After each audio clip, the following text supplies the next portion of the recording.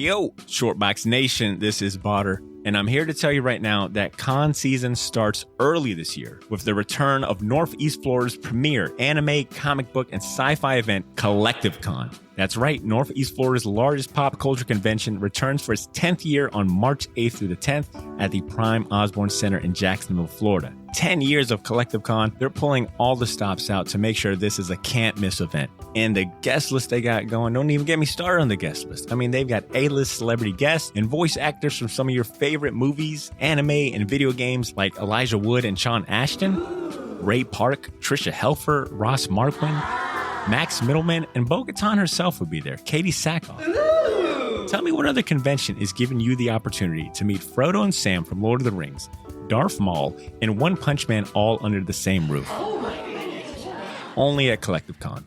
And if you're looking to get some of your favorite comics signed, or if you want to get an original sketch from some of the best comic artists in the world, well, you're in luck, because there'll be plenty of comic and creator guests there, like DC comic artist extraordinaire Clay Mann, Harvey Award-nominated illustrator John Taylor Christopher, Marvel and DC cover artist Chris Stevens, and acclaimed Star Wars author Timothy Zahn. They'll all be at Collective Con this year. And if you're looking to bring the family, or if you want to make a weekend out of it, you're in luck, because there'll be so much going on at Collective Con that weekend in the form of vendors, fan panels, video game tournaments, cosplay contests, after parties, and a bunch of fan events. You can purchase single and 3-day weekend passes now using the link in this episode's show notes, or by going to collectivecon.com to book your tickets and hotel. Buy your tickets now, and I'll see you at Collective Con, March 8th through the 10th. Now let's start the show. Comes a time when a gal wants more. And now all this gal wants is to settle down with her lovin' sweetheart. You and the Joker? Right-a, Rooney? I've never seen you laugh before. I don't think I like it. Cut it out! You're giving me the creep. Ladies and gentlemen, I present to you the Shortbox Podcast, Season 6.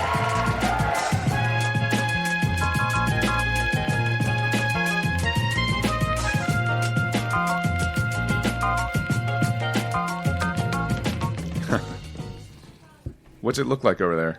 Yo, it's fucking sexy in here. Yeah, nice. Yo, it's like insanely nice wood. This is clearly not IKEA wood. Smells of rich mahogany when you walk in. And they even got like little curtains, little privacy curtains. Yeah, see-through privacy curtains. It's pretty sweet. So wait, when you say privacy curtains, you don't mean like curtains where like the X-rated movies like are, peep shows. Yeah, like a peep show. Yeah, dude. Except they're see-through. They're for sure see-through.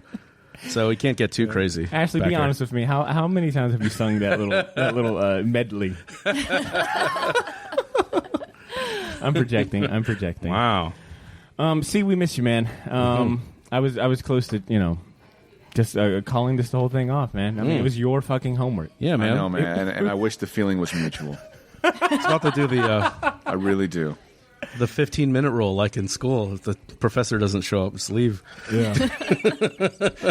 You know what's funny is, as I was reading this comic again, I was thinking about how Botter has a sort of Harley Joker relationship with the rest of us. Like, he's Harley Quinn in an abusive relationship. And we're constantly making jokes at his expense. When do we get to kick him out a window? Right. That's what I'm waiting for. I prefer him in that sexy little negligee. Well, there's a reason I stopped wearing that negligee to the episodes. You guys just don't ever notice anymore. It's ridiculous. All right, y'all want to get started? Yep. I thought we already did. Is it? I didn't hit press record. Always record. I'm kidding. I did. Yo, Shortbox Nation and new friends tuning in for the first time, welcome. You're now tuned into episode 302 of the Shortbox Podcast, your soon-to-be new favorite comic podcast. I am your host, Botter Milligan, and I'm joined by my talented crew today. Calling in is our resident nasty man, Cesar Cordero. Nasty man. Ooh, I've got the whoopee cushion. Wow. How did I not see that one coming? Wow. On my right is Edmund Danzard. Yo. And here with us is the Baroness of the Short Box. Whoa. The reason we have new artwork at that. Yeah. Ashley Laney Hoy is here with us Hey. today. The Baroness. I like it. Yeah, you like that? Do you like it better than Sultana? I thought, Sultana. Every week I'm going to try to level you up and stuff. I like Baroness. Sultana. Baroness today is pretty, I like it. The Short Box is on a field trip today at Darby's Dungeon. We're recording on location at Darby's Dungeon, a new tabletop gaming lounge based here in Jacksonville, Florida, on Beach Boulevard for all of you locals. Darby's Dungeon specializes in open gameplay on premises, meaning that the bulk of this massive 1,500 square foot space is dedicated to playing board games, tabletop role-playing games, and trading card games are on site. Ed, you mentioned that there is adult beverages here as well. We are in one of these sweet privacy, I guess, little back area tables. It's pretty damn nice in here. This is nice. This is really nice. I like It's it. solid. This is not IKEA furniture at all. Nope. Feels like I'm on a train car, like a fancy train car. Yeah, well said. The Orient Express. Yeah. So for anyone living local, I recommend looking them up on darbysdungeon.com for more information. And I want to give a big shout out to our good friend of the show, Darby, for letting us record today's show with a fresh view. I know you guys were tired of the Short Box studio and all my cheap IKEA furniture. So something nice. And before we get on to the main event, I just have to share some things that paid the bills. So no hard feelings if you want to fast forward through this part. This episode is brought to you by our sponsor, Gotham City Limit, Jacksonville, Florida's premier location for comics, collectibles, toys, and more. Check them out if you live in the area or ever find yourself in Jacksonville looking for a really awesome comic shop. And if you aren't already subscribed to this podcast, go ahead and do that right now. You've already made it this far. Why not stay up to date with our future interviews and episodes? And last but not least, we want to thank our Short Box patrons for their contributions. Their support helps us grow the show and produce episodes like the one you're about to enjoy. Consider becoming a patron yourself and support the podcast to get dozens of bonus episodes, merch, and more. I mean, I'll even start, going into Cesar's personal collection to give you guys some cool stuff. Become a patron by visiting patreon.com/The Short Box. I've got a lot of cool stuff. Yo, I've already been stealing some. I'm not surprised. Where do you think this short box of comics that we're giving away came from? 50% of it is from Cesar's collection. Dude, that's why I gave you a key to my house was so you could babysit Rufio. And this is how I'm repaid. I love you, brother. Wish you were here. I know. Go to hell. Shameless plugs aside, today's episode is another installment of our comic book spotlight episodes, something new that we've been trying lately that's been met with a lot of positive reception. Botter across the nations have been giving it 5 out of 5 stars. So, yeah, that was a terrible joke. See, How many botters are there? Like 3? Yeah, there's like 1 in Florida. But we've dedicated a whole episode to comics like Hellboy, Wolves of St. Augustine, New Mutants, the Demon Bear Saga, and most recently we covered Spider-Man number 300, Venom's first full appearance. I'm sorry, hold on. Did you say the Wolves of St. Augustine? Sure did. No, I did not. You guys are just going to sit there and let me get away with that, huh? Post-production say what? It's Yeah, we read Hellboy, the Wolves of St. Patrick's Day, and it was really good. we went to the fort. Good catch. It was awesome. Damn, man. Even like many miles away, he still catches my blunders. It's this guy like you're like, even many miles away, he's still an ass. But as I was saying, we've covered Hellboy, we've covered New Mutants, we've dedicated episodes to Spider-Man. All of those episodes are easily available if you haven't heard them, and they absolutely deserve a playthrough if you're new to the show. We've been taking turns assigning the homework and picking the topics between ourselves and the patrons of the show. Today's topic is brought to you by this month's birthday boy, Cesar Cordero. Hey, happy Halloween, guys. I didn't say that to you guys earlier. Yeah, thanks, buddy. C, will you do us the honor of formally introducing us your pick and saying a few words as to the motivation of today's topic? Sure. So I was really kind of racking my brain trying to figure out what comic I could pick that's easily accessible while also being entertaining and somewhat pivotal as far as the landscape of comics are concerned. So I decided to pick Paul Dini and Bruce Timm's Mad Love, the origin of Harley Quinn, and also kind of a exploration into the love triangle that is Harley, Joker, and Batman. I was really expecting like something way more on the horror side from you. I was prepared for like night terrors from reading like a Junji Ito book or something. Oh, there's definitely still that on the horizon. But I was forced at gunpoint to pick a mainstream comic by Botter. Please, someone call the police. Oh, no. Undisclosed address. Please, somebody help me. man. I cannot leave. False. false. I said, "Yo, pick something." Botter has kidnapped me. Please let me. Please Are you somebody- okay? Blink twice if Call you need my help. wife. Oh, I can't see you. All right. Nicely done, C. Before I go any further, Oh, in the man. interest of those listeners who haven't read this comic and might be interested in reading it on their own, might I recommend giving this episode a pause and checking Comixology, the DCU app, as well as services like Hoopla to read it digitally. And I'm sure that if you check in for your local comic shop, you can probably find a collected edition. I know that there was a recent edition that came out a few years ago that collected not only Mad Love, but other like Paul Dini and Bruce Timm inspired stories. I think the name of that collection is Batman, Mad Love, and Other Stories. It should be pretty easy to find. How did you guys go about reading it? Does anyone own a copy of the original comic, or did you read it on an app or a physical? Ashley? My friend has a copy, but would not let me read it. Whoa. So, Rude. Is it Josh? No. You can say Josh. someone at the comic shop. So I pretty much just read it online. And Okay. then, I watched the television series. It was really good. Or just Dang. the episode. Your of the second series. Batman Wow. episode It ever. was good, yeah. Nice. Watch Heart of Ice yet? No. Oh. I forgot about it. I'll write it Yeah, down. that's got to be your Okay. next homework. Ed, what about you? How'd you go about reading it? I have the deluxe edition, which is, it's a one-shot, so they really had to cram a bunch of stuff in it. But the deluxe edition came out, I think, maybe 3 years ago. First, it came out with the action figures when they had the Harley and Joker 2-pack with the Harley and the red nightie. And but they sold the book separately, and this has of course, the one-shot, but it also has the original, like, layouts, the blue line pencil, like ink layouts, black and white, and it has the color tests, which is done in all by Bruce Timm in I think it's like Copic markers, maybe some colored pencil, watercolor, and it's awesome. So I'd recommend that if you like seeing the kind of, it has notes and things on it. So if you like the behind the scenes process and the making of comics, that's a cool one to get. Okay, nice. See, what about you? What special super uber limited edition version did you read it on?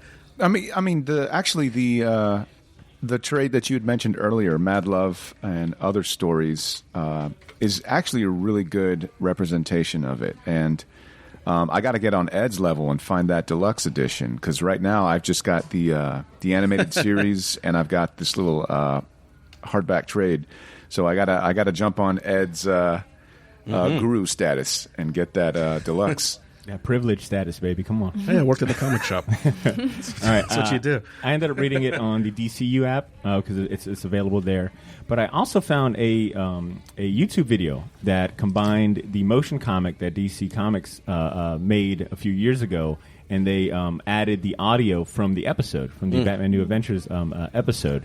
So it had like Kevin Conroy's voice, Mark Hamill's voice playing it through, and it was like a short 18-minute video. It's really easy to find on YouTube. But I really enjoyed watching that motion comic. Botter, if I may interrupt you real quick, just real quick. Hit it.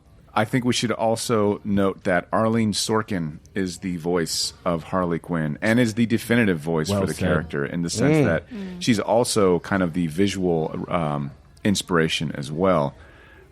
Just so in case, just for respect's sake, because I think whenever, and maybe I'm speaking out my butt here, but I think whenever we read this, it's kind of hard not to imagine their voices from the show while we're reading the comics. Am I wrong in assuming that? Not at all. Good catch, C. So as far as value goes, go ahead and try to guess how much this goes for online, a first printing, and we'll say between very fine and very good. And if you want to maybe give me think about like a CGC grade, like a high 9 point something. It's What a do you one think? shot, right? Yeah, it's a Okay. one shot. 400. 400? Okay, nice. $3.99. Okay. Yeah, you like This that? is a good tradition to keep up. The worst. See, best guesses as to how much this book is valued at online currently. $399.96. Whoa! Tough competition. It actually goes for, so the first printing, not graded, fine and very fine. I found on mycomicshop.com. You can get it for about 75 to 85 bucks. But the first printing of the 1994 Prestige format that followed the original comic version currently is being sold online. CGC a 9.8 for about $400. Actually, $399. $399. Oh my God. We're all close. Ed's Did me undercut. dirty. Yeah, did you dirty. But if you go on eBay, you can fetch a copy of both versions, the Prestige and the regular format, on eBay for closer to like $50 to $60. And those are based on like recent copies I found sold like this month. So a lot cheaper than I thought, but it's always been one of them issues that like a lot of like hardcore collectors that dabble in like the rare and expensive issues always end up bringing up. So, and actually, if I'm not mistaken, that is not Harley Quinn's first appearance, right? Mad Love is not technically? Negative. Ooh, see, go ahead and drop some knowledge on this. Oh, I mean, I don't know about the first appearance. I actually think she first appeared in a animated series episode where Joker is trying to. I think he kidnaps the mayor's son. Or he, stages something where the mayor's son is having a birthday party. It's something like that, and I think she's credited in the credits as Joker's girl. Is that where she comes out of the cake, right? I think so. Yeah, because I read that originally they were going to have Joker come out of the cake, like all sexy and weird. But I think you know how the censors were back then. They didn't, it's like, okay, that's a bit much. I watched that episode last night. Yeah. And I think he did come out of the cake. I think they did end up letting him, and she pushed the cake in.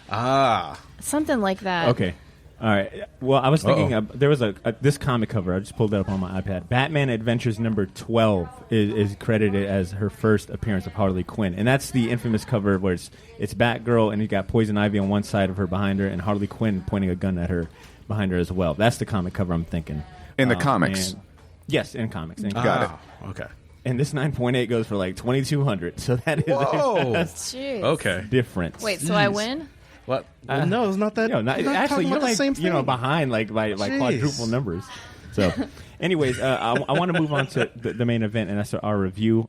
C already did a really good job of giving you kind of like the high level synopsis of this. I'll go ahead and kind of go in a little deeper for anyone unfamiliar with the comic. The Batman Adventures Mad Love is a 1994 Eisner Award-winning comic by Paul Dini with art by Bruce Timm.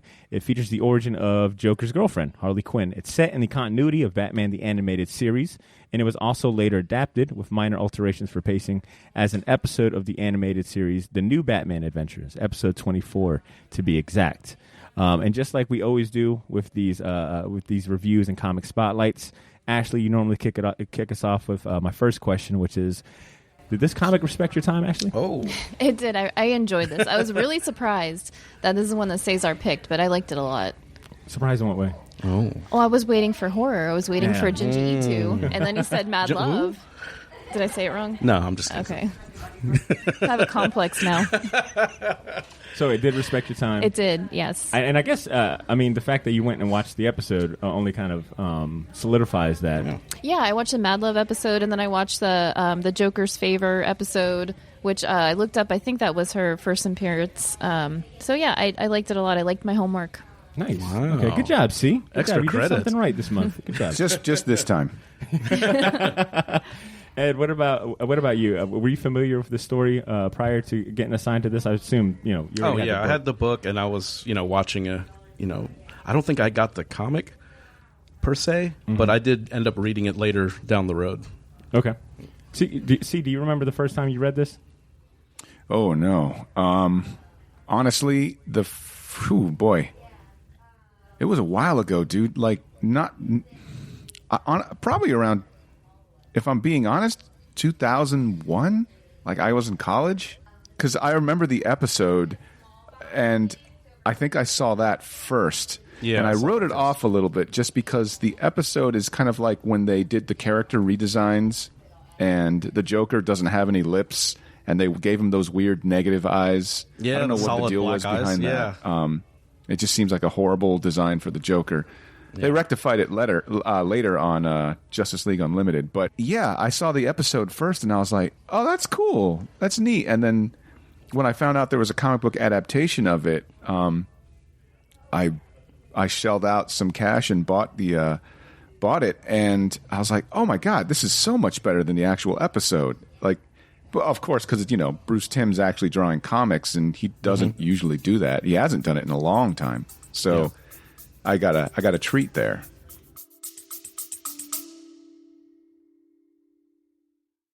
Yo, this is Botter. Sorry for interrupting this episode, but I'll keep it brief. I wanted to let you know about a massive sale we have going on over at the Shortbox store on all of our merchandise and apparel. That's theshortboxstore.bigcartel.com. You can now save 20% off your entire order using the discount code YOO, Y-O-O. So if you've been waiting for the right time to finally buy that gauntlet snapback, or if you ever wanted to buy any of the shirts you see me wear on the podcast, well, now's your chance to get them for a steal. We still have a few sizes left of everything, but they won't last long, and once they're gone, they are gone. And then I mentioned that all of our apparel is screen printed on high quality material. None of that heat transfer or direct to garment stuff. Our shirts are some of the most comfortable ones you'll ever wear, and the hats look even better in person. So wear your support for the Shortbox Nation proudly, knowing that you're going to look damn good doing it. Get to theshortboxstore.bigcartel.com as soon as you can, and don't forget to use that discount code YOO, Y-O-O, to save 20% off your entire order. All of this information can be found in this episode's show notes if you want to get there faster.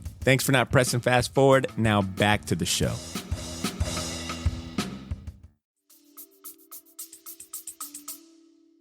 Yeah, I remember picking this up, I think when I was working at the comic shop and just seeing anytime we would get that Batman Adventures, number 14 is what I said, like her first comic appearance, I was like really kind of interested because so many collectors would come in, and anytime we had that book available, it would just go out. But I would notice that Mad Love would kind of stay on the shelves a little longer, and I had a chance to like read through it. And I remember having some sort of like hesitance toward reading the Batman Adventure comic book series because I just thought, man, it's not comic. Yeah, I was like, it's a kid's comic. I already watched the show. What's the point of reading these? And of course, I was vastly, wrong because it stands on its own so well. And I didn't know, for some reason, I thought Bruce Timm had a large catalog of comics, and that He's wasn't an the case. animation guy. Then I think he kind of came back into comics. Yeah. So, I remember reading a while back ago and just being floored away, just floored by Bruce Timm's artwork. And I think that might have been the comic that made me a fan of Bruce Timm outside of the animated series. He created that whole style. That's all him. 100% him. 100%. I want to hear about some interesting trivia or any Easter eggs that maybe you guys learned while researching this. I've won it. But first, we've got a word from our sponsor that we need to play. Yeah, so this is where I pick up my comics. Excuse me, might I remind you the rules here at No Touch Collectibles? No loitering, no friendship, no touching the merchandise without gloves, and no free bags and boards. Yeah, man, I know. This shop sucks. I don't even know why I shop here. Well, we could go to Jacksonville's premier location for comic books, collectibles, toys, and more. You okay? At Gotham City Limits, you get 10% off comic books in your pull, 20% off trade paperbacks and hardcovers, 10% off high-end figures and statues, and free bags and boards. It's practically criminal. And that's why Gotham City Limits is a place of the people. How many times have you watched the Batman trilogy? I'm ashamed to say. Well, I mean, they're not bad. One time for every time the Joker has taken the city hostage. Are you done with that? Yeah, I'm done. Well, let's just go take our business there. Gotham City Limit. It's the comic book shop Jax deserves, but not the one. All right. I get it. It's a great shop. Let's just go. Okay, and we're back. So interesting trivia or Easter eggs that you guys picked up while researching. Ed, it sounded like you had a pretty good one. One I just noticed, and I never noticed this before, but in the scene where she's like dreaming about or fantasizing about her and Joker and the kids and stuff, there's like Batman's head's on like a plaque. Yeah. But then there's like, it looks like Buster and Babs Bunny like hanging from a noose. It is in the top corner. And I don't know, did he work on Tiny Toons? Is that like yes, a little okay? Most of the creative staff behind the animated series, like Glenn Murakami, Bruce Timm, Paul Dini, God, what's his name? Alan Burnett.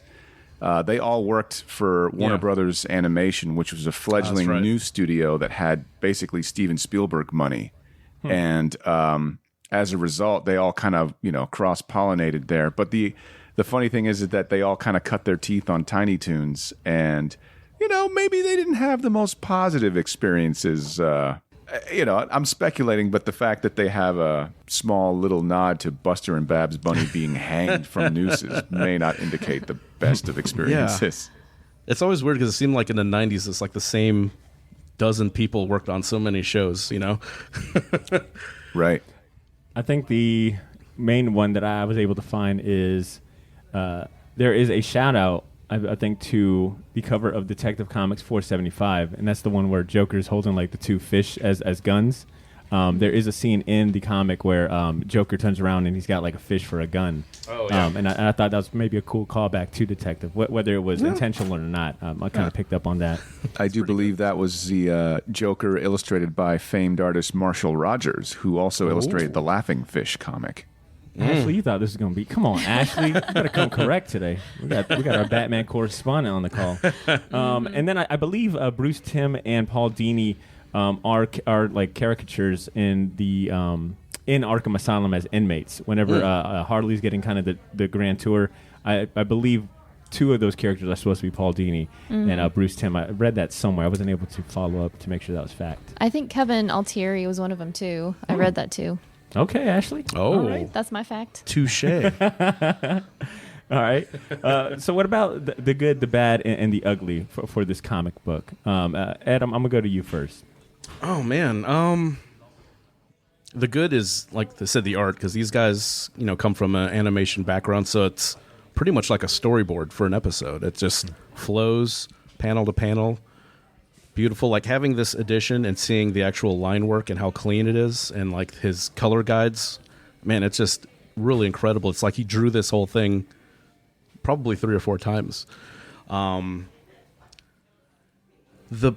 not sure. The bad, I'm not sure. I guess if I have to look through it through like 2020 eyes, and like it's not something I really agree with, but I've just been, just kind of getting a different perspective about, the Harley Quinn character, and just there's been some criticism about, like, I guess when Batman's going over her history, like basically her, kind of like sleeping her way through school and stuff like that, and that kind of, I guess, rubbed people the wrong way. It doesn't really affect me because this is like the kind of genesis of Harley Quinn. So she's not an established kind of anti-hero yet. This is like her very first story. This was in the 90s where like that Bad Girl comic craze was really in full effect, like with Dawn, Lady Death. So these type of characters were really popular. And I guess there's some people thinking there wasn't enough, I guess, positive, portrayals of her, and then some people will think that or might interpret it as it's like glorifying an abusive relationship, which it's tough for me to see because it doesn't seem like a glorification to me, Yeah, I'm on board with you on that. But I think some story points like that, and that's just kind of going through today's more sensitive, critiques, that might be like a negative. I don't think so, because we're talking about a villain. We're talking about someone who's basically manipulated her way into this situation and then kind of met her match in the Joker. So we're seeing someone who's, and we don't get her tragic tale. We kind of see her as only like, kind of like a manipulator from the beginning, from the start. I was talking with C prior to getting here, and I was telling him that I kind of forgot her origin story in the sense of, for me, it comes off as kind of a tale of, be careful what you ask for, flying too close to the sun, and your ambitions kind of being, larger than you can take on, because I forgot about that sequence where Alfred is helping Batman explain like her origin, like, she was in college, she got her grades, how she got her grades. She always kind of had ambitions to kind of write the next big self-help book. But she got into school because she was an athlete. So she had that pedigree, that athletic pedigree, but she wanted to get into that program, and then she wanted to go to Arkham because, that high profile, maybe you should get that book or whatever, whatever, that book deal or that breakout story with one of the inmates. So she had this, she's been manipulating kind of the system the whole way through, so it's, and then, like I said, she became so popular that they kind of were forced to make her into like, kind of an anti-hero type of character, kind of like Venom, where the character becomes so popular for whatever reason, just, timing, just the design of the character, whatever it is. And like I said, she can't be, we have to give her own book and make her, like I said, like an anti-hero type of character. See, what about you, man? I'm going to go to you. Do you want to add any of your thoughts? Sure. So as far as the good, the bad, and the ugly are concerned for me, good is layout. One thing Bruce Timm knows how to do is tell a story in any medium. The guy is amazing. Like, he can tell a story, whether he's storyboarding out a 30-minute episode of Batman the Animated Series or, Justice League, he can do it.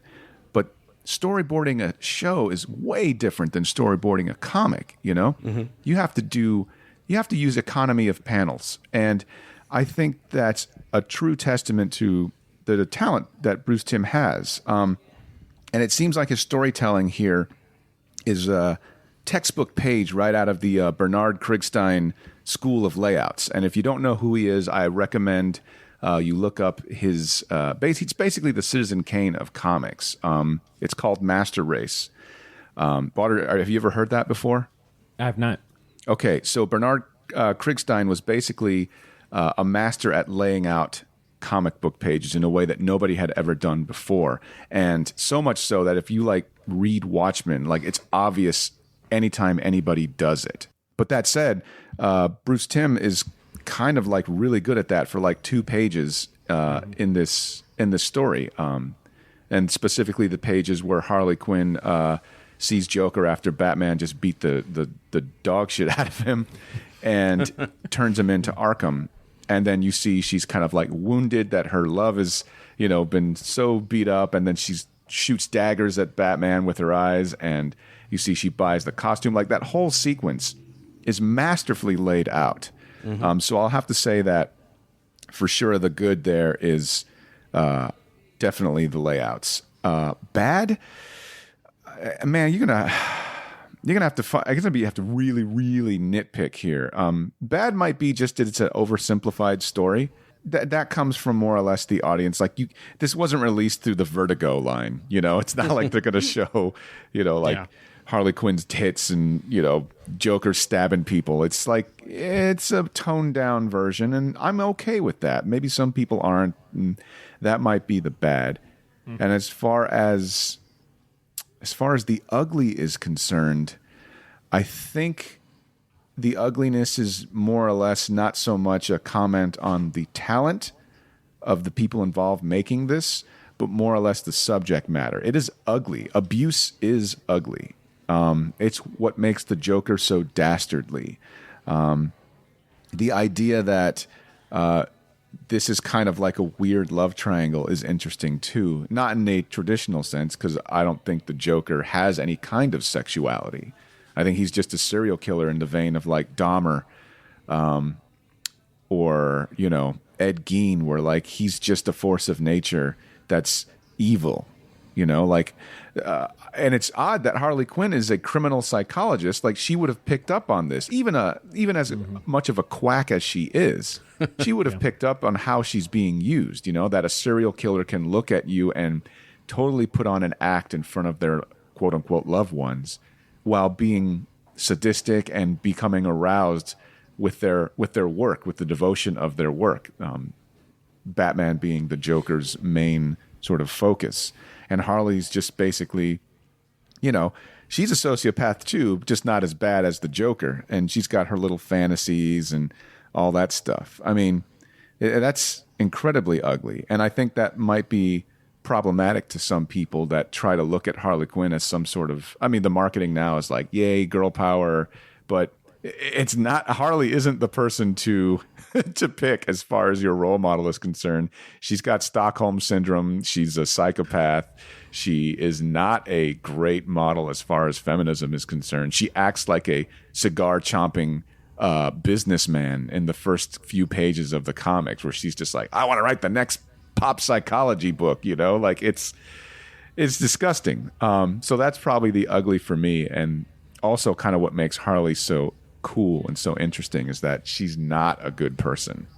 Yeah, well said, C. And see, I wanted to highlight what you said about the layout and the composition, because that was something I had on my notes too. That this is what I think a 64 page prestige comic, which I think in that mid 90s was still wasn't a thing. I think they reserved those type of formats for very kind of special comics. but it's a very dense book. I think you definitely get your money's worth. And I'm counting through right here, and Bruce Timm is very sparing with the splash pages. I think out of 64 pages, there's 4 splash pages, and they're all very dynamic, and I think they call for it. And I think maybe that goes back to what you're saying. And about you know him. what that makes it means more. Yes, you know, yes, absolutely. They have more impact. Yeah. Yeah. Well, Botter, I think that's kind of, and I'm not to glorify Marvel than we already do on this show, but that's kind of a Stan and Jack thing as far as their work with Marvel was concerned. Jack Kirby never ever, when he was working at Marvel, used a splash page unless it was absolutely necessary. And this is Bruce Timm comes from the school of old, man. He's the old school. Trained. He's classically trained. The greats, Ditko, Bernie Wrightson, Jack Kirby, Frank Frazetta. He knows that if you're going to use a splash page, it better damn well be important. Yeah, and even more credit to his layouts and pacing too. Is I forgot kind of who inspired it, but I always play this kind of game when I read a book. Is I'll try to read it without reading, the word bubbles or looking at it and see if it makes sense, just from a panel and art perspective. And Bruce Timm nails it from, for full 64 pages. I've read a few books where, one page just doesn't make sense without it and the pacing is a little weird. But Bruce Timm being a master of his craft, there is no pages in here that won't make sense without, with words or without it. And there's not a lot of what happens, especially comics at this time. A lot of talking heads, yes, yeah, where it's just monologuing, head, profile. Yeah, there's always a different angle. Yeah, every panel is very interesting looking. Actually, I mean, I got to. That's a good point because there is not much I think this is a very intelligent comic. It lets you fill in the blanks, and there isn't much to monologue or over explain. How often? Hell, I think just the Venom book. We were talking about Venom over-explaining his origin. Harley kind of does it in this. She goes through it, but it doesn't feel like she's talking to you. She's just you're living in her memory. You're walking through this memory lane with her. Yeah, and that's that. Like I said, that storyboarding background. That's the skills you get doing that job. Well said. Ashley, was there a standout moment, or did you have a favorite scene?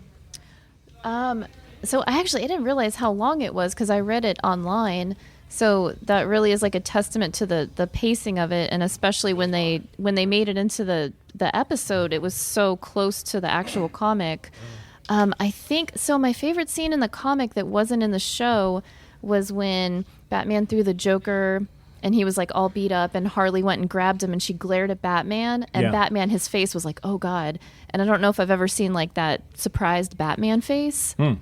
Just that's what it takes. He's seen so much stuff, and then this woman glares at him, and he's oh God, what did I do? And then there was this amazing panel in the comic where after she gives him the injection and he passes out, and he kind of falls over, and he kind of has this damsel in distress, just fainted pose, and she's standing over him, and her shoulders look really big. Yeah. For some reason, I really like that panel. Damn, I'm trying to find out while you're talking too. Now those are solid ones. I think one of my favorite sequences in this is when Joker and Harley are back at his lair, and Joker's trying to he's brainstorming ways to top himself. Is this the nighty scene? Yeah. What? What's this? The nighty scene? The negligee? The negligee scene. Of course. I knew it. No. I promise. Nope. It wasn't because the negligee. Please. Nope. Hear me out. Please. Nope. Oh, we heard you. Botter is a pervert. That's what we heard. I enjoyed that we got to see a perspective of Joker. Of Harley's boobs. No, goddammit, it, listen to me. Wait, like a madman. I feel like a conspiracy theorist. Listen to me. It's not the boobs. No, it's that we get to see, Joker, kind of like a behind the scenes moment, like a very intimate, no pun intended, a very intimate moment of Joker trying to, he's stressed out. And I don't think we see that. We don't see that much in comics or in comic interpretations of him today, where he's stressed out, he's trying to top himself, and he just can't figure it out. Yeah. And I thought that was a very unique angle to go about it, because it almost. Because he's usually humanizes him a little bit. Yeah, usually he's grandstanding and making speeches. Exactly. Yeah. I get he it. kind of drops his guard. And granted, too, I think Joker in this, you also get to see a different level of his, like kind of like how evil he is. It's not all just mayhem and mass murder and all these master plots, but also like the emotional damage that he brings on to like people closest to him. I thought that was good. See, I was going to agree with you 100%. And the easiest way to sort of use that metaphor is that if you read the first few pages of this comic, Joker is pretending to be a doctor. As a dentist, right? And Harley Quinn is kind of like his little nurse's aide. And of the two of them, she is an actual doctor. But she threw her title away so that way she could play second fiddle to a psychopath with a dentist drill in his hand. That's a perfect metaphor right there. There's another like interesting things too, like rereading it, is that he's so obsessed and has to be so basically 100% responsible for Batman's demise, that even that first scene that you were talking about in the dentist office, even though, like I said, it's Batman, I guess he blames Harley for the clue with the jaw. Yeah. But then she actually incapacitates Batman and they just leave. He's vulnerable right there. Right. And he can't even give her any credit, like 1 ounce of credit for what he's doing. And then, like I said, another funny scene is when he's like looking through all the paperwork. And when she's trying to seduce him, and he's like, "Why don't you just shoot him?" And then at the end, like when he basically thwarts Harley's own plan, that's basically his plan, he like just turns around and like pulls the gun out. It's like, you know what? And almost shoots him in the face. that humor, like I think now I want to give credit to Paul Dini because his script is very well balanced. It's like at the surface level, it's a really fun comic book, and it's got it's got that cartoon feel to it. Like it's a good standalone comic, but there's so many nuances and I think levels to it because on one side, like how comical is it that Harley's plan was, well, I'm just gonna flip you upside down so that way you just see these piranhas, smiles, which is hilarious. But then a couple pages later, it's Harley, blaming herself. What did she say? My fault. I didn't get the joke. Like it's heartbreaking, man. And then it's Joker's like, when you explain the joke, it's not funny anymore. Yeah, it's like we have to explain it. It's not, the joke and loses all meaning. Yeah. So it's I think at face value, if you take it at face value, it's a freaking like masterclass in comic books. It's entertaining. It's fun.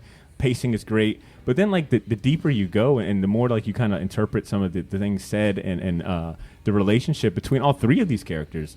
We were talking, and you brought up a good point, like, about the title of the story being Mad Love. Like, it's maddening to see, like, the relationship and dependencies of all these characters, like Joker's dependency on Batman and Harley's dependency on Joker. And even Batman's kind of got something with Joker there too. So it's like this crazy love triangle. Well, Batman's got more of respect for Harley than he does for the Joker, and I think that's why Ashley he kind of had that face, because it's like it's something he had never seen before. Where it's like, oh man, this chick is she's something to reckon with. Like I have to keep an eye on her because like that's crazy. Like, why would a full-fledged psychologist fully like know exactly what like profile the Joker is and all that stuff, like be upset that I just brought him in, and in further incarnations of just in the animated series alone, like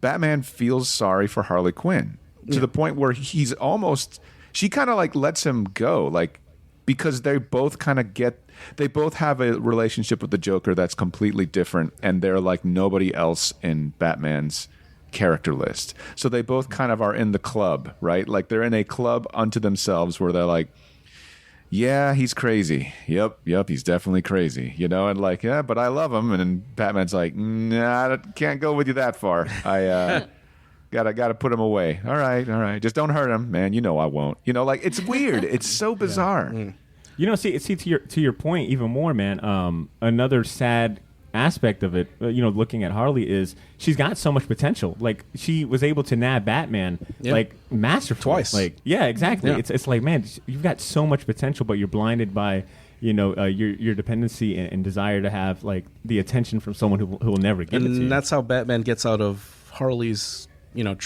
slash Joker's trap, because she had him dead to rights, and he basically had her call Joker, and knowing that he would freak out and come in and screw things up. So it's a really insane relationship. The one, I guess, sweet part of this relationship was when she's breaking out, when you were talking about earlier, that really, really nice layout of when Harley basically steals the costume. She looks like she's in a daze and then sneaks past the guards. Joker's all fucked up. He's bandaged up and stuff. So, but that's the only time he's like laughing. Like when she's beating up the guards and like doing the marbles, doing all like the tricks, the Joker type tricks, and he's laughing the whole time. But then when he gets recovered, he's back to being an asshole. Yeah. Actually, you might like this. I was talking to I was telling C how the whole time I'm reading this, I'm getting like heavy Will Eisner vibes, like very heavy like Spirit vibes and things like that. And it's like. It's kind of like that pulp story, that kind of you feel bad for the the female that, like the kind of like theatrical, like the expressions, like exactly. the hand gestures. I think the things. inking, the lighting, and actually I wanted to know from you, from like an artistic perspective, what were some of the elements from an art side that really resonated with you?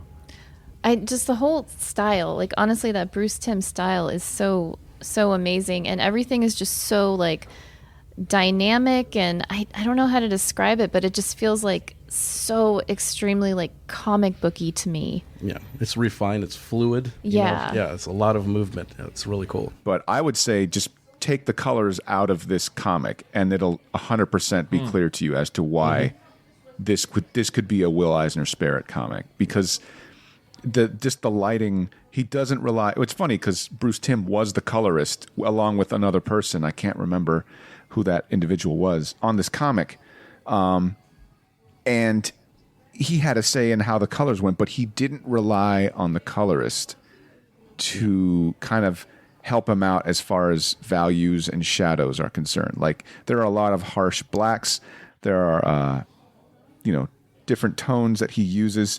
It's very Will Eisner. It's very Will Eisner. And it also plays into the fact as far as why this is my definitive Batman.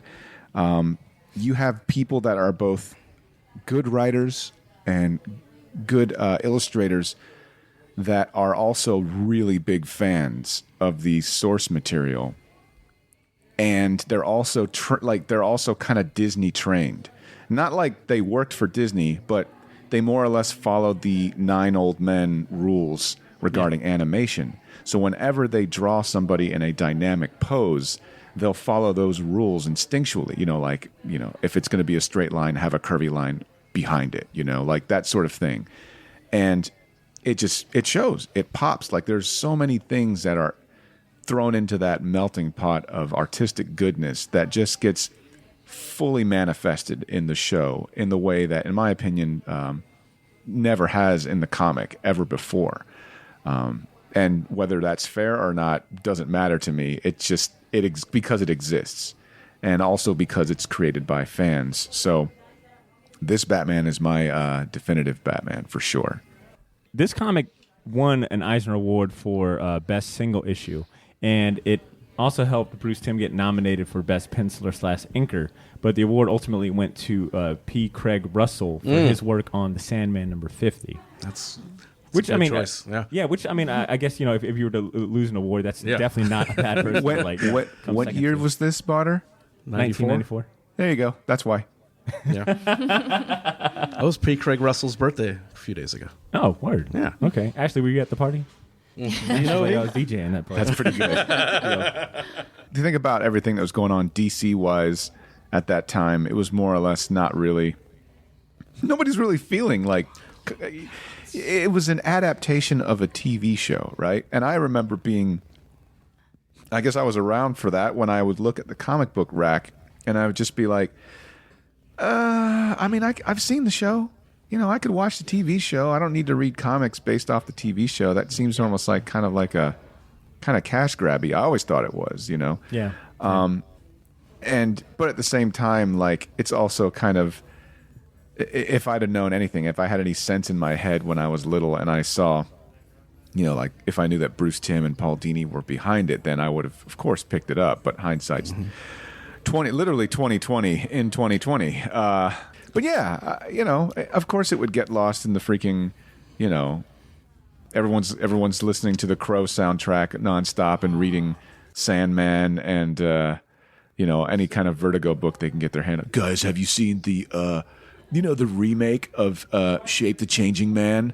Is really good, and I think they've improved upon Ditko's original premise. I think it's amazing. By the way, everyone's drawing like Sam Keith or Bill Sienkiewicz, and anyone that doesn't is an idiot and not artistic. And then someone's like, "Hey, I'm reading Mad Love. The Batman Adventures comic's pretty good." Get out of here, you plebe. I need to listen to Alice in Chains more often. Are you recollecting something that happened personally, buddy? Oh. No. I wasn't cool enough for any of those things. I was like, guys, have you heard the latest John Williams score for Return of the Jedi? It's amazing. Was this when Superman was? Remember the Electric Superman, the red and blue? Oh, yuck! Was that 94? Oh, That's yuck. in that time frame, right? When was Death of Superman? That was in that same time frame. Yeah, it might have been. If it was, 90s. maybe I mentioned What it. a turbulent time for comics. All right, and also, much to my surprise too, I noticed that this particular comic was absent from a few lists regarding like the best Batman stories of all time. I just typed in, best Batman stories, and I scrolled through at least up to the second page of Google. Like, I was pretty dedicated. And I noticed that it was missing from a lot of major kind of publications that do, comic book reviews and lists like that. It was not listed on that. And I was curious to hear from you guys. Does this comic book rank at all in your list of top Batman stories? And do you consider it essential or important to the Batman pantheon?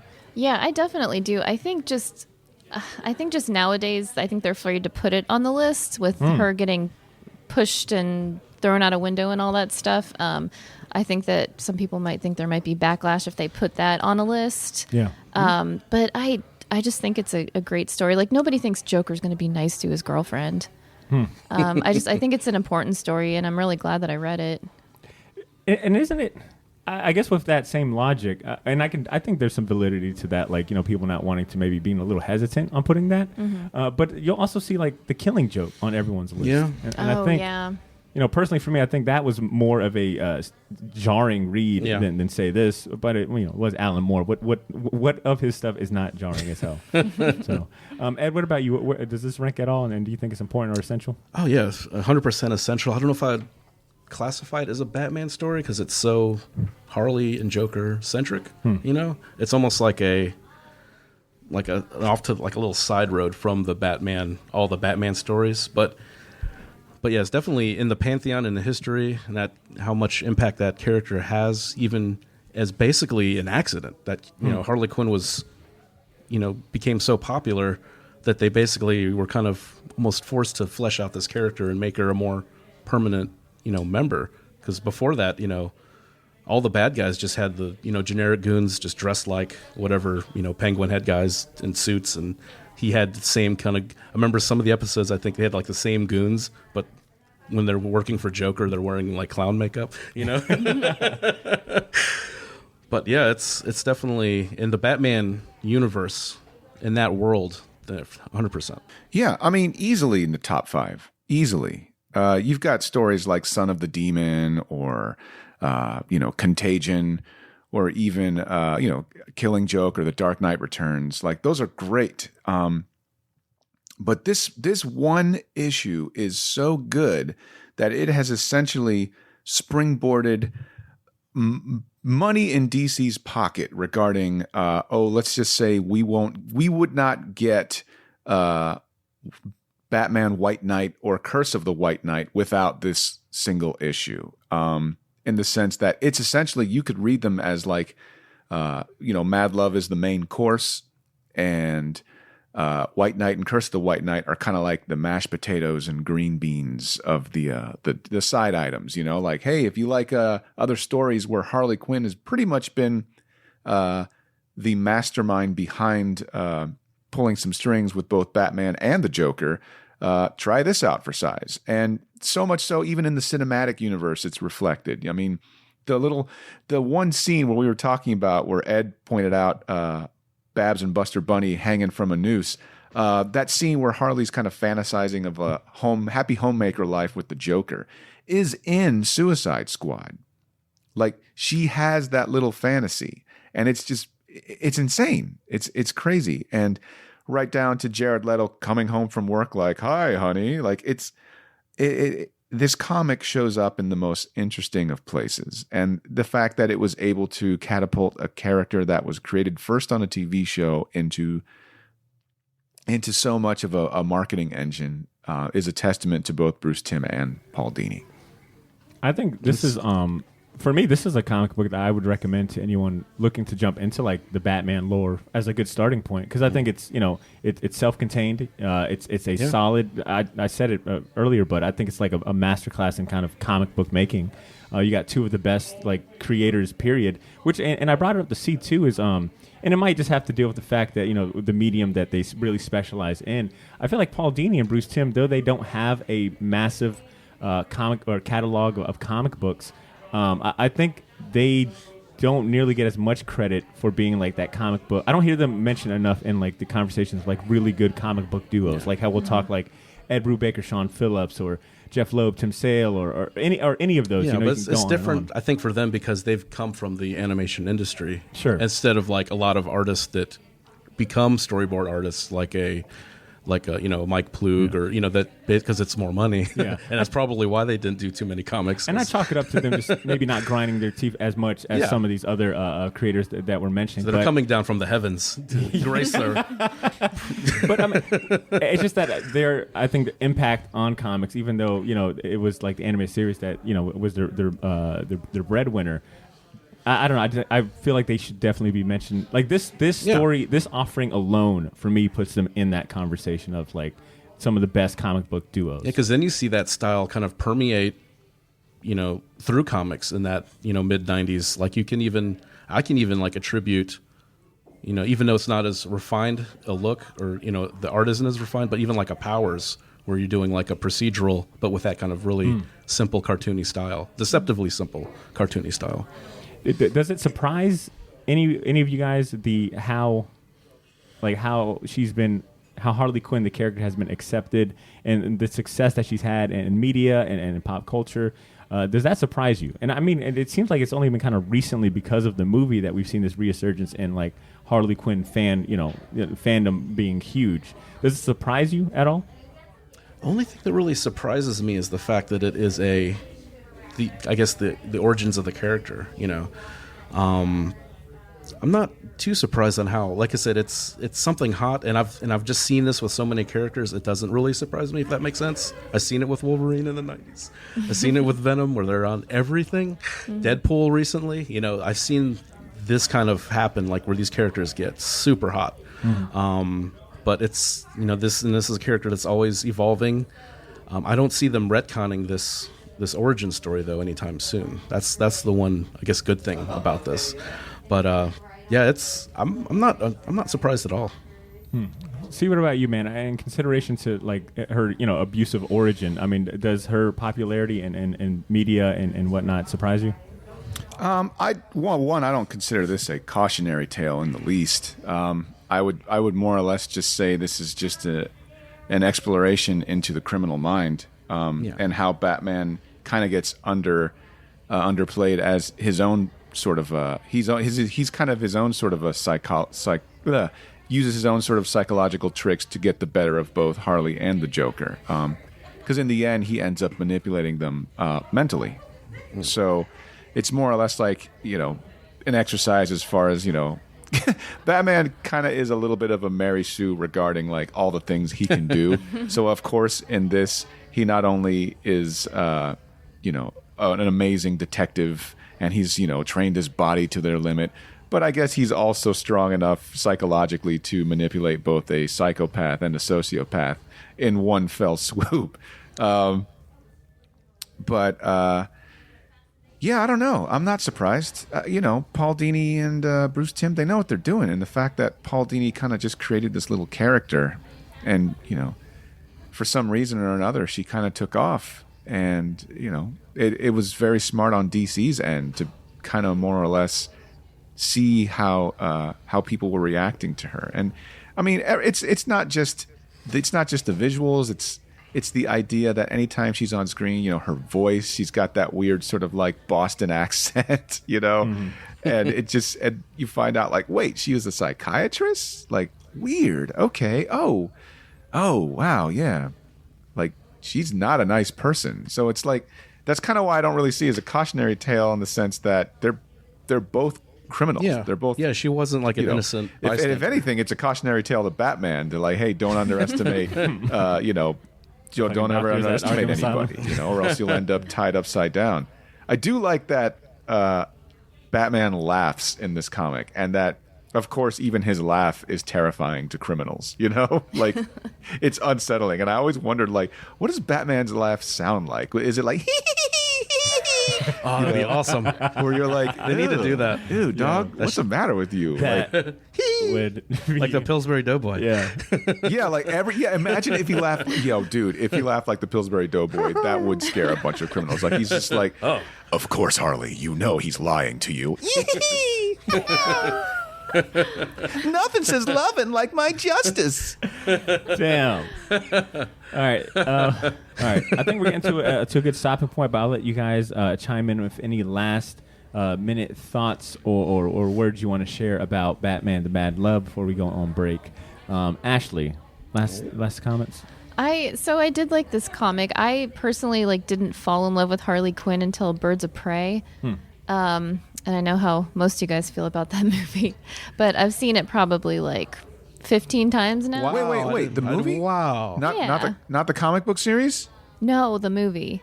From a visual standpoint, I don't really have a problem with that movie. And a few tweaks, and it would be fine. And Margot Robbie's performance is awesome. Mm-hmm. And I think Ewan McGregor is a good Black Mask. Mm-hmm. I mean, it's dog shit, but I can see why you like it. It just, the bar scene, it just reminded me of, the kind of bad person that I was in my early 20s. Oh, Jesus. And so I kind of, related a little bit. So that's when I really, got into Harley Quinn and kind of took her more seriously. So it was fun to read this. You got a pool of piranha somewhere? Oh, that's Patreon exclusive stories, everybody. Damn, yeah. Ashley's Corner. We'll finally get that Michelle Branch cover band. Yeah. Is that during the bad years? See, I'll go to you, man. Last comments on this before we go on break. No, I got really nothing, man. I talked enough to this whole stupid thing. I'm just happy you guys enjoyed it and you read it and we were able to talk about it because it's a great story and it's got something for everybody. I agree. Ed? I'll bring this book next time so you can check out the black and whites and the color study. It's beautiful. Yeah. No, see, this was a good homework selection, man. I'm so glad I had this. Yeah, for real. I thought. Yeah, cool. Give me a raise. Show up to work. But anyway. Oh, dude. Oh, you're breaking up there. I have PTO. I can't hear you, but I definitely have PTO. Now, this is a fantastic, fantastic comic, and so this was a really fun. I was excited to do the to do the homework this week because I don't think this comic. I mean, granted, I think in certain circles it gets brought up, but for casual fans, it's always one that I like to mention because it's so easy to kind of get into, get the whole gist of it, and you get to see the origin of in today's day and age, one of the more bigger kind of comic book characters. It'll be reprinted forever, so you'll find it somewhere. It's getting that some format. For real. Yeah. Apparently, speaking about different versions, Paul Dini and someone else made a novella version of this as well. There's a few novelization versions of it too. Great. So. That's sarcasm. All right. Anyways, our next comic spotlight episode will be a comic chosen by our True Believer tier patrons. So if you're listening and you want to make a suggestion or assign us some comic homework for the next spotlight, consider becoming a patron. Patreon.com/theshortbox has all the information you need. Let's take a quick music break, and then we'll announce the winner of this raffle of short box, of this literal short box of comic books. We'll get around to emails and, of course, wrap up Champion Season. So stay tuned.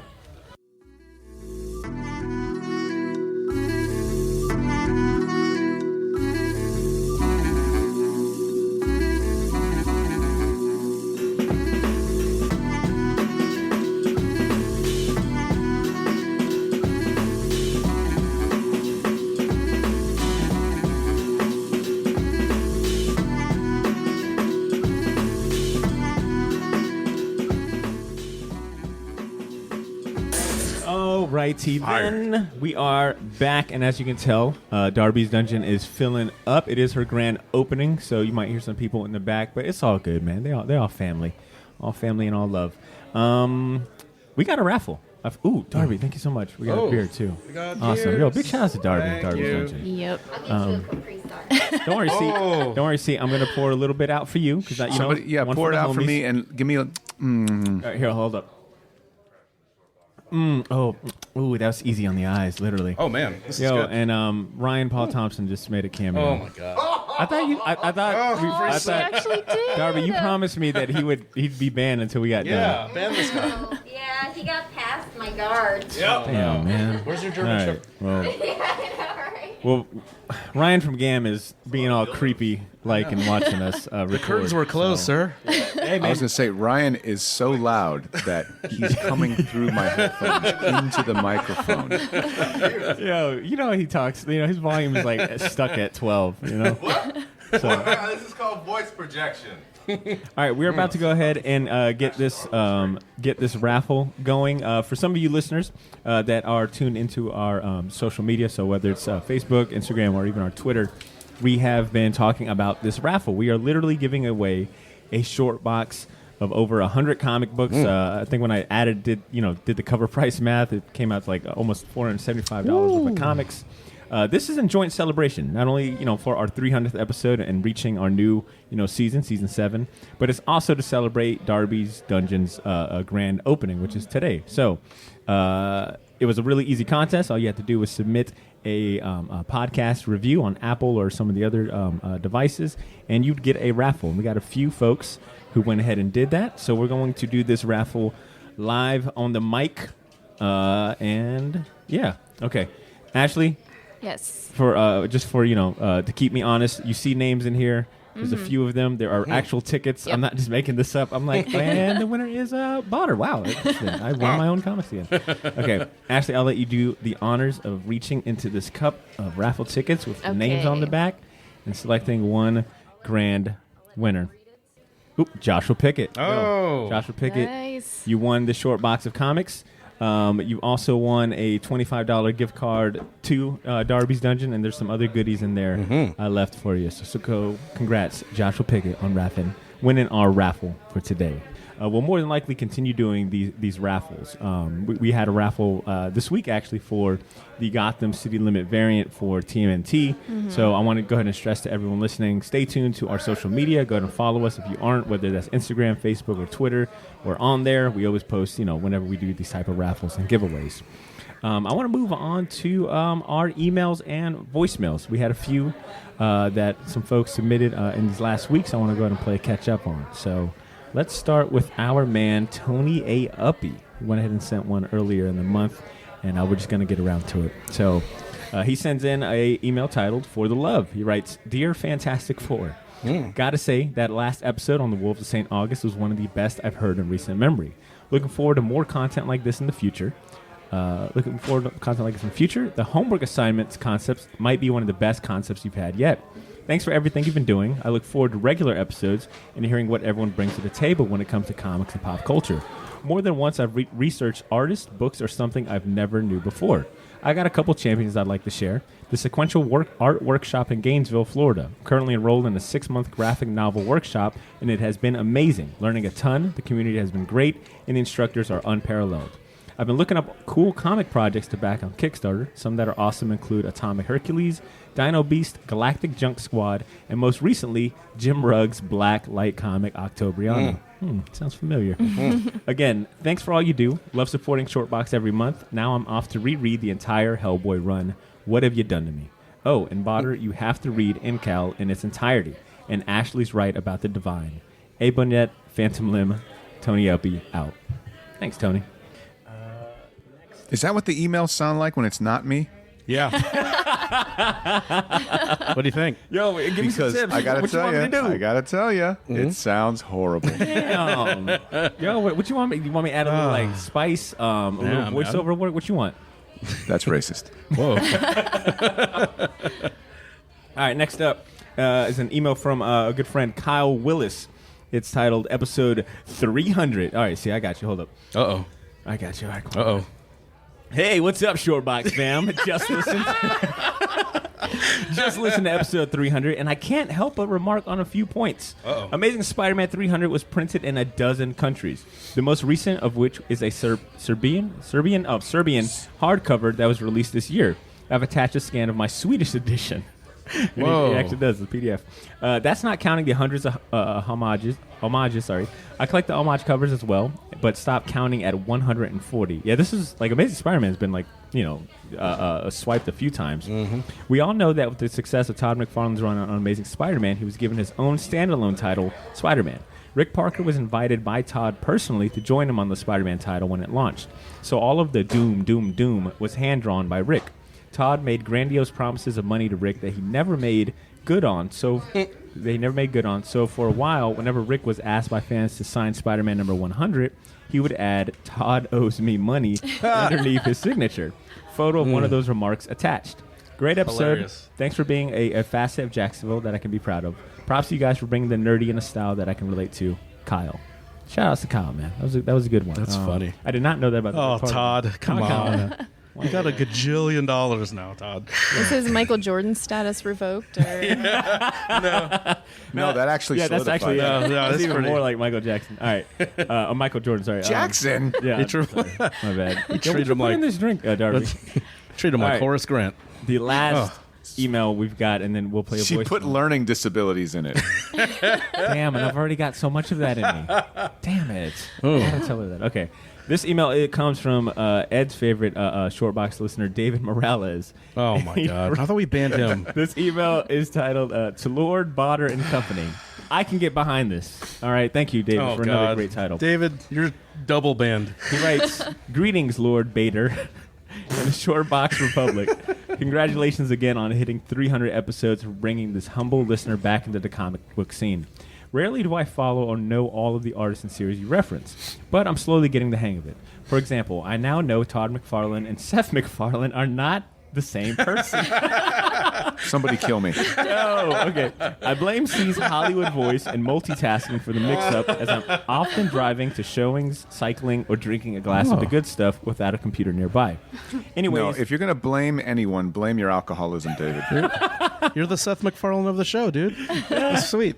All right. Anyways, it seems y'all are on top of things, as I wanted to champion Darby's Dungeon for her grand opening this Sunday. Wow, we're here.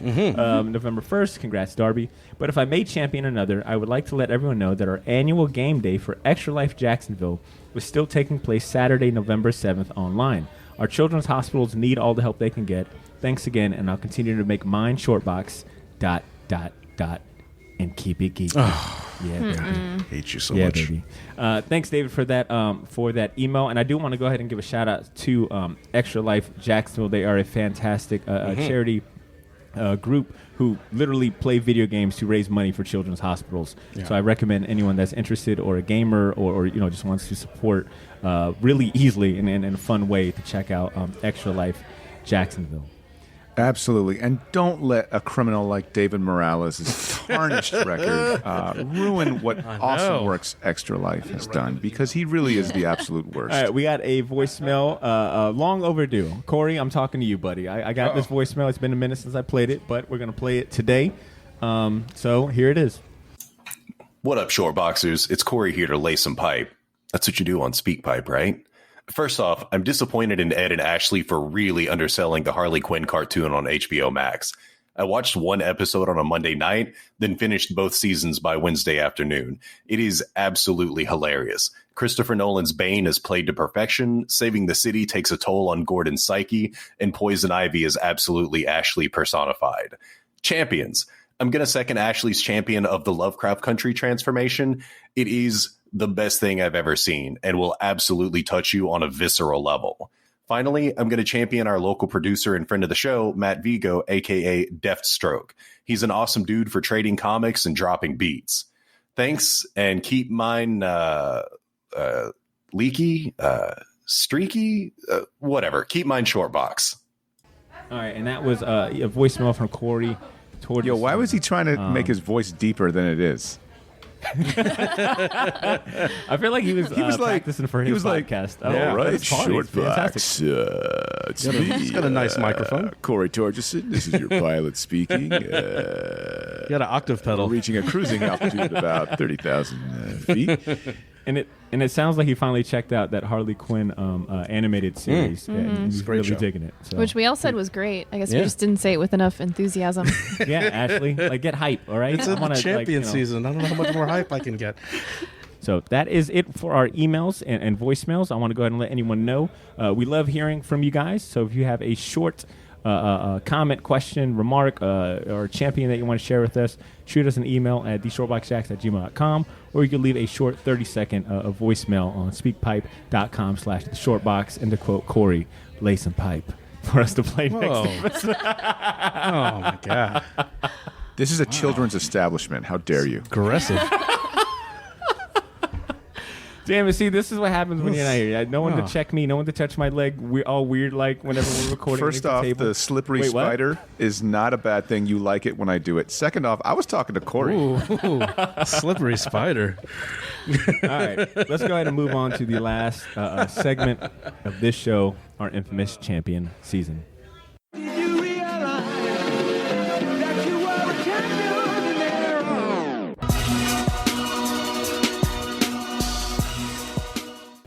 Champion season, for those of you tuning in for the first time, is our last segment of the show. It is our opportunity to go around the table and highlight and champion a few things within pop culture that we feel very strongly about this week. It could be a comic book, a movie, a TV series, an animated series, a cartoon, whatever it may be. It's something we feel, hey, this is really dope. You should check it out. Ashley, will you do us the honor of telling us what you're going to champion today? So I got two today. The first one is Scumbag #1. Oh, that's the hilarious. Image Comics. Yeah, I got that too. Rick Remender. I was trying to look up. It looks like La Rosa did the artwork, and then Denisio did the colors. And there's something about the textures they use that make this guy look disgusting. Yeah. Oh, it's pretty gross. It is a gross comic, but it's funny, and this guy is just the worst. You keep waiting for him to do something to make you like him. What? And he's just terrible, and he just turns out to be the guy that has to save the world. Yeah. There's nothing redeemable about him. Huh. So the comic's hilarious. Did you ever see that? You ever read that comic Major Bummer? No, I never did. It's kind of not as gross, but it's a similar thing where it's they sent the formula to the wrong person. They switched the numbers on his address. Yeah. And he becomes super jacked, but he's still an idiot. It's kind of like that kind of trope, the chosen hero goes to the wrong person. Yeah, and it has a painted look to it, so everything looks just really. Yeah, it's just dirty. Dirty and gross, visceral. Yeah. And there's something about watching this guy just make terrible decisions and watching terrible things happen to him, and you sort of hate him, so you just really are into it. But only the first issue's out, so there's a lot of cool variants. I got the Tula Latte variant, cool. of course. Yeah, it just came out this week, right? Did you pick up this comic because it reminds you of me? I mean, everything you're saying, I'm like, oh, you've described me like that before. Pretty much anything Remender. Remender I'll give a shot. And then the other one is Truth Seekers on Amazon Prime. It's the Simon Pegg, Nick Frost show about ghosts. The first 2 episodes are up, and it's just that dry British humor. But I've been kind of missing those guys together. It's been a long time since I've seen them in something together. So it's really good. It's on Amazon Prime. Awesome. Solid champions. See, what about you, man? What do you want to How do I follow that? I got to try and make up an independent title that sounds as cool as what Ashley just said. Yeah, guys, I've been reading Testicle City. It's really that independent. If you haven't heard about it, I guess it's too indie for any of you. But it's about this pair of testicles, mutant testicles. Maybe you guys will be cool enough to read Testicle City. No, I did the exact opposite. I went completely mainstream and was like, "Yo, 3 Jokers is amazing." Jason Fabok is the artist, and it's good. I'll just say it's good. Because I don't want to spoil anything, and it's got an interesting. Is it worth the 4-year wait? An interesting twist. Nothing that you haven't really seen before, and it's not going to really blow your scared of. Whoa! Damn. Good. Yeah. Thank you. But it's good. It's good, and I'm also going to champion The Last Ronin. I know Botter. If you want to, alley-oop with me on this one, it is great. And I think I was we were talking beforehand, and I had kind of mentioned that the Ninja Turtles in their inception kind of started off as a love letter to Frank Miller's run on Daredevil, and this is more or less another love letter to Frank Miller's The Dark Knight Returns, in the sense that you have, and I'm not going to put any spoilers here, that you have an older Ninja Turtle who has survived basically the apocalypse and now lives in a crazy sort of Blade Runner-y type universe where his dead brothers are sort of like voices in his head that sort of guide him regarding what he should do and how to survive. And if the pacing in the story's so good, and it's so a loving nod to Frank Miller in the sense, and also it doesn't make you wait as far as like figuring out like who the turtle is in question. Like you find out pretty quick, and it doesn't really hamper the story in any way in a negative fashion. It just makes you want to keep going. What did you think of it, Botter? Oh, it was fantastic. As someone who has never read those OG TMNT comics, I used this opportunity to kind of jump on like kind of the moment, for sure. I've kind of did the bandwagon thing, but I think that's kind of sometimes the fun of getting into a series that you've never read and waiting for like that big moment, because it felt really cool. Like the day of release on Wednesday, there was a line outside the comic shop to get this issue. Like there was a lot of like hype. There was like a sense of energy, not only like in person at the shop, but also online. Like this has been an anticipated comic book for a minute, and I'm sure it's because Kevin Eastman, the original creators of TMNT, Eastman and Laird, coming back together to make this long-awaited story that they've had. I guess like they've had this kind of they wrote it like 20-something years ago. For a minute. So the fact it's coming out, and they did it right, dude. Like physically, it's like it's an oversized issue, so you don't know what type of fucking bag and board to get. Like you're like, don't fit in anything. Silver Age, go to Silver So it's Age. kind of like that prestige kind of format. And to C's point, as someone who's only got like a very limited well of TMNT like knowledge to pull from, I thought it was really fun, and I was able to kind of like get the gist of it. It was nice that it was like a completely kind of self-contained new story. I love the Frank Miller nods. That's always been one of my favorite trivia about TMNT, is that it pays so much homage to Daredevil. This one to me just was a giant love letter to Frank Miller, period, but done in their own way. And it kind of takes you through the rounds, man. It's like a fun kind of post-apocalyptic, a Manhattan that you've never seen. They're fighting robots of kind of like police state kind of vibe to it. It's got all the Miller tropes, corporate greed, lightning behind main character jumping, heavy silhouettes. The monologue, like the Dark Knight Returns, it's like there are 200-something bones in the human body.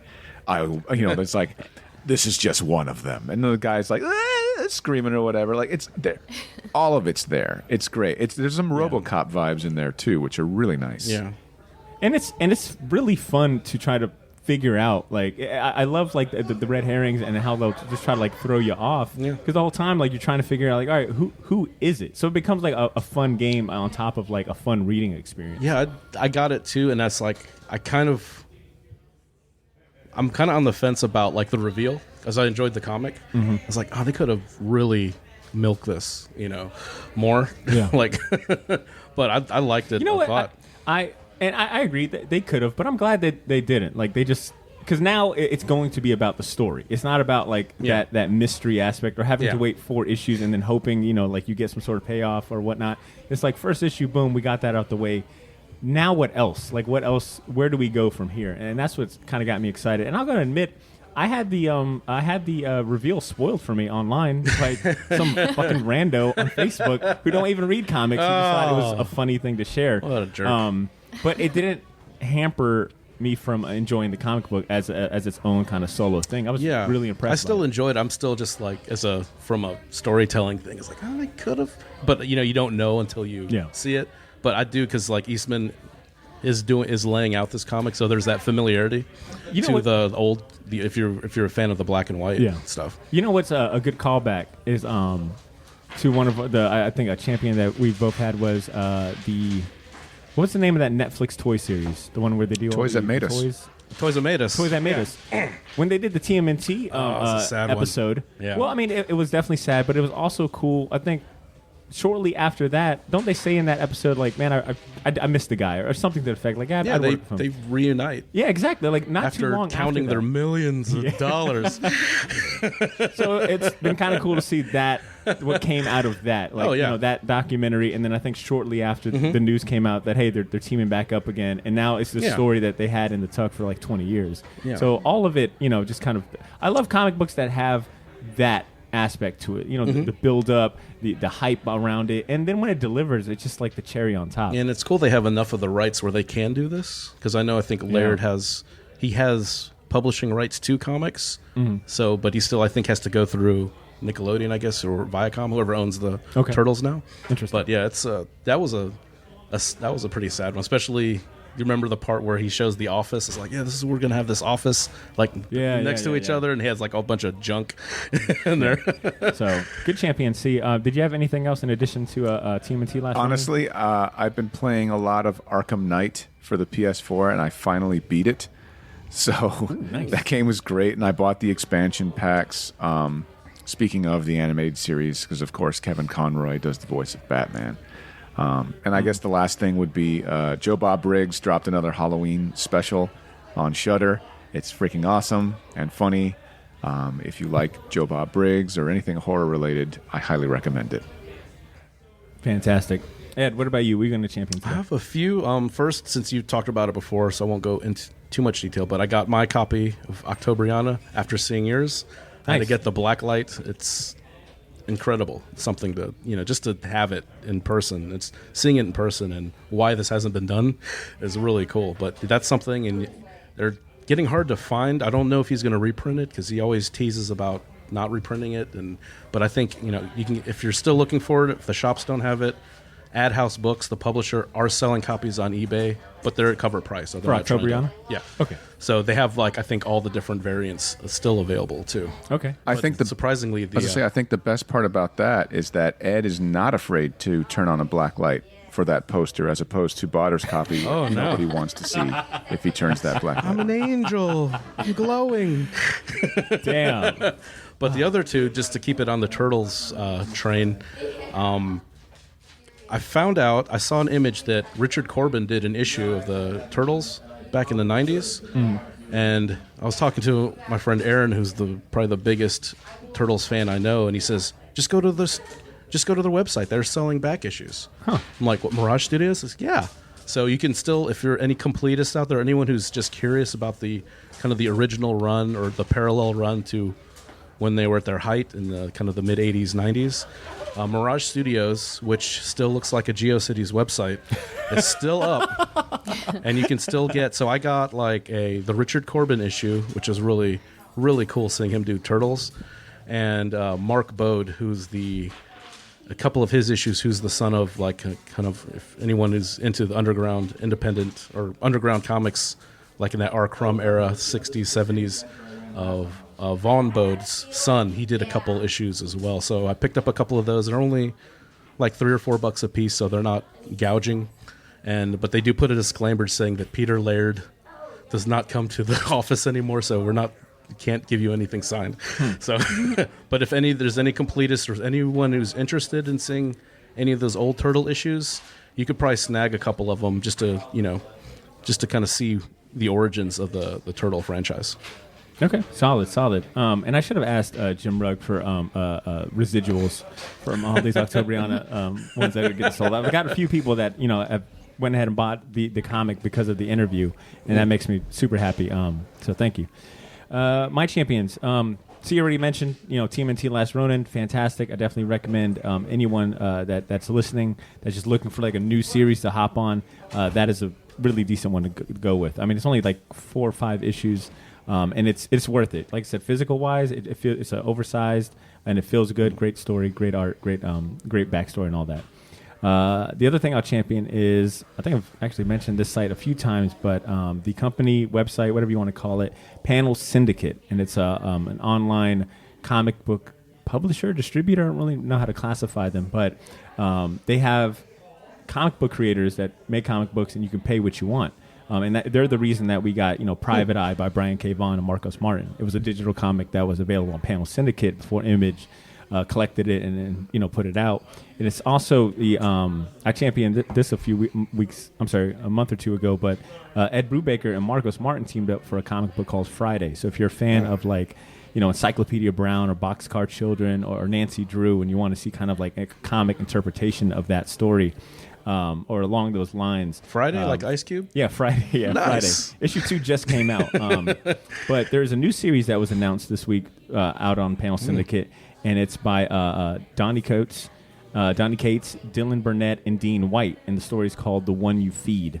And the synopsis, or the solicitation reads, one day long ago, for no reason whatsoever, the moon rose in the night, and every human being in the planet began to violently change into demons that live inside their souls. Some of these monsters were good, most were not. Now, after hundreds of years of these nightly horrors, a young prince armed with only a mysterious sword named Atum must journey into the night to face the monsters under the stars and meet the wolf that lives in his own heart. So it being a Donny Cates book, of course, there's a fucking mythical sword involved. Yeah, that is a theme. Yeah, he loves his goddamn swords. But it looks fantastic. And I'm a fan of Dylan Burnett's artwork, and Dean White, of course, is, legendary. So Panel Syndicate, all of these comics I mentioned are, pay what you want. So, I mean, if you truly didn't want to pay for it, you could just put in $0 and you get a digital download. But I usually $0 it is. I usually chuck like $5 for each one. But I was really looking forward to issue 2 of Friday, and I'm happy that came out. So, and it goes straight to the artists and creators. So that's it's cool. Pretty cool. So those are my champions. And with that being said, I think we're at a good stopping point for this episode. Darby's Dungeon is getting packed, so I think we're going to go ahead and check things out. But any last remarks, closing statements, shameless plugs that you guys want to go ahead and share with our listeners? See, I'll start out with you. Thanks for listening. Damn right. Awesome. Thanks, Professor. All right, Ashley, what about you? Last comments? I just want to point out that I did not mention Mandalorian Season 2 because I thought everybody else would, and nobody said a word, but that's all. I haven't seen it. So what's the Mandalorian? Yeah. Mando what? Actually, Mandolin? And I'm glad you brought it up. We'll have a dedicated review episode, probably dropping around the same time that this episode is available, if not earlier. So stay tuned for that as a separate episode. Ed, closing remarks? No, just Edbot5000, Instagram, and everywhere else. Are you taking commissions? Always. Fantastic. Mm-hmm. Actually, if someone wanted really dope artwork like our new podcast artwork, can people hit you up? Are you taking commissions? So AshleyLandy.com. Pets only. Yeah. I'm kind of busy, but if somebody had like a cool commission, I would do it. Oh. So, yeah. I've got an idea, I ain't too proud to beg. Comic book, and I don't know if you'd be willing to lend an artistic eye, but I feel like Testicle City could get some traction. Could benefit from your style, Ash. Can I do a pinup in Testicle City? Or variant cover? Can I do a variant cover? Can I just submit a photo collage for Testicle City? No. Oh. All right. With that being said, that is the end of our show, Short Box Nation. Hopefully you learned a thing or two, and you're checking out Batman Mad Love for yourself. If you haven't read it, highly recommend it. Thank you for hanging out and sharing your most valuable commodity with us, which is your time. You'd be listening to any other podcast, but you're here with us, and that means a lot. I personally want to recognize and thank the people who made this episode possible. Our sponsor, Gotham City Limit, our Shortbox patrons, and Darby as well, man. Thank you for letting us crash your grand opening. It is lovely, and I recommend anyone that's into role-playing games, tabletop games, card games, etc. Check out Darby's Dungeon. Did I say the Shortbox patrons? If I did, I'm going to say it again. Thanks to our Shortbox patrons.